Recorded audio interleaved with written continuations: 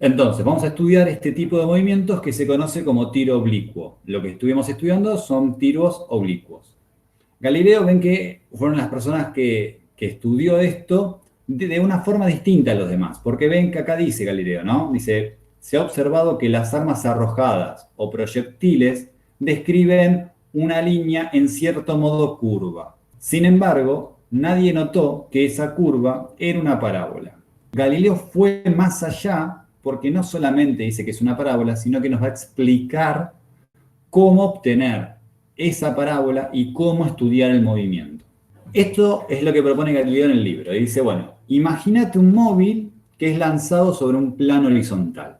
Entonces, agarremos un plano horizontal, para nosotros una mesa, y agarremos un cuerpo redondo, ¿no? Que va a ser lanzado sobre esa mesa. Dice, al continuar su marcha, después de llegar al borde del plano, o sea, esto se va a mover perfecto hasta el borde del plano, ¿qué va a pasar cuando llegue al borde del plano? Añadirá a su primer movimiento uniforme e indestructible aquella propensión hacia abajo.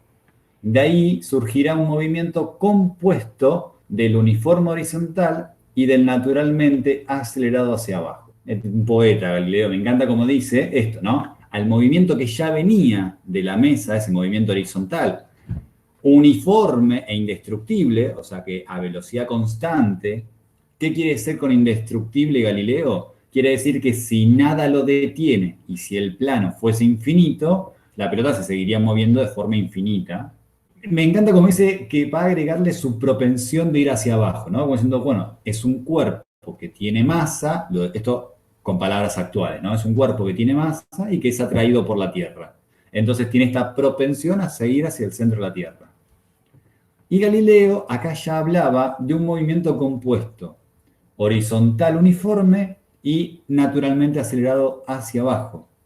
¿Qué es lo que ustedes estaban viendo cuando hicieron el práctico en el tracker?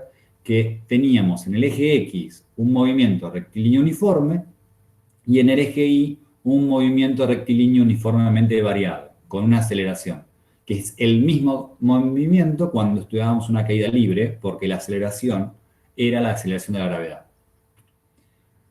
Entonces, ahí dice la parte que cae la pelota. Se va Galileo. Vamos a ver esto mismo, pero paso a paso, como lo que estaba diciendo un poco Galileo. Vamos a estudiar el movimiento de esta pelota, entonces establecemos un sistema de referencias y ven que sumé ahí una cuadrícula para ir haciendo el paso a paso. Esto es, vamos a hacer lo que hace el tracker, pero así medio animado. ¿Se acuerdan que el tracker es una filmación y una filmación es una sucesión de fotos? Vamos a estudiarlo como una sucesión así de situaciones. En un primer tiempo, supongamos que transcurre un segundo, Galileo nos dice que es una composición de estos dos movimientos. O sea, tenemos un movimiento horizontal que es uniforme, ¿no? O sea, como que la pelota recorrería, supongamos el valor de la velocidad, una unidad de espacio en un segundo. Pero a su vez, vieron que dice, ¿no? Se le suma su propensión de ir hacia abajo. Entonces, se le suma un movimiento rectilíneo uniformemente variado y la pelota empieza a caer. En una próxima unidad de tiempo, la pelota se sigue moviendo de forma horizontal de manera constante, a velocidad constante, y seguiría cayendo. Ahora, ¿qué pasa? Ven que la distancia de caída ahora, en este nuevo intervalo de tiempo, fue mayor que antes. ¿Por qué? Porque hay aceleración. Entonces va aumentando, ¿sí?, la distancia que recorre para un mismo intervalo de tiempo.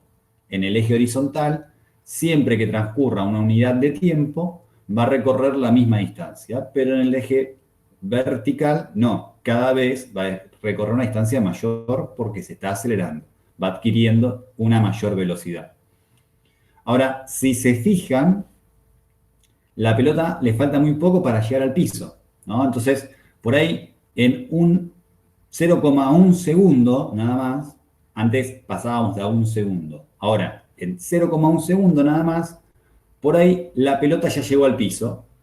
Entonces, en el eje horizontal, no, se desplazó un poquitito más, pero no llegó, obviamente, a desplazarse la misma distancia que se desplazaba antes cuando tomábamos un intervalo de tiempo de 1 segundo. Bien, esto sería los dos movimientos por separados. Un movimiento horizontal constante y uniforme y un movimiento uniformemente acelerado o uniformemente variado vertical hacia abajo por esta propensión que tienen los cuerpos a caer, como dice Galileo. Vamos a combinar estos dos movimientos. Inicialmente la pelota estaba obviamente en el borde de la mesa. Cuando transcurre 1 segundo, la pelota tiene un movimiento horizontal y un movimiento vertical. Si sumamos esos dos movimientos, esa va a ser la nueva posición de la pelota. Lo mismo, ¿no? La pelota sigue teniendo un movimiento horizontal y un movimiento vertical hacia abajo. La suma de estos dos movimientos va a ser la nueva posición de la pelota. Y lo mismo para el nuevo intervalo de tiempo, solamente que es menor porque le faltaba muy poco para llegar al piso a la pelota. Y ahí tenemos la pelota en el piso. O sea que ahí está la parábola de la que hablaba Galileo y esta superposición de movimientos. Bien, nosotros lo que vemos, ¿no? Veremos la trayectoria de las pelotas verdes que están ahí marcadas. Eso es lo que vemos. Obviamente que no vemos el movimiento horizontal ni el vertical. Por eso Galileo hablaba que es una composición de estos dos movimientos. Lo más importante acá, en el movimiento horizontal, es un movimiento rectilíneo uniforme. Por lo tanto, usamos la ecuación solamente como velocidad inicial por tiempo. Bien que le pongo a la velocidad inicial, que es la letra U, le pongo abajo una X, porque vamos a hablar de la velocidad en X. Y después, para el movimiento en el eje Y, tenemos un movimiento rectilíneo uniformemente variado y la ecuación para un movimiento uniformemente variado. De vuelta, en la letra U, que es la velocidad inicial, le agregué el subíndice I para aclarar que es la velocidad en I. Y ven que acá ya directamente puse menos un medio de G para poner ahí directamente 9,8 y ya me queda menos un medio de 9,8 por T. ¿Por qué va a ser un valor negativo? Porque en este sistema de referencias que yo elegí, puse los positivos para arriba.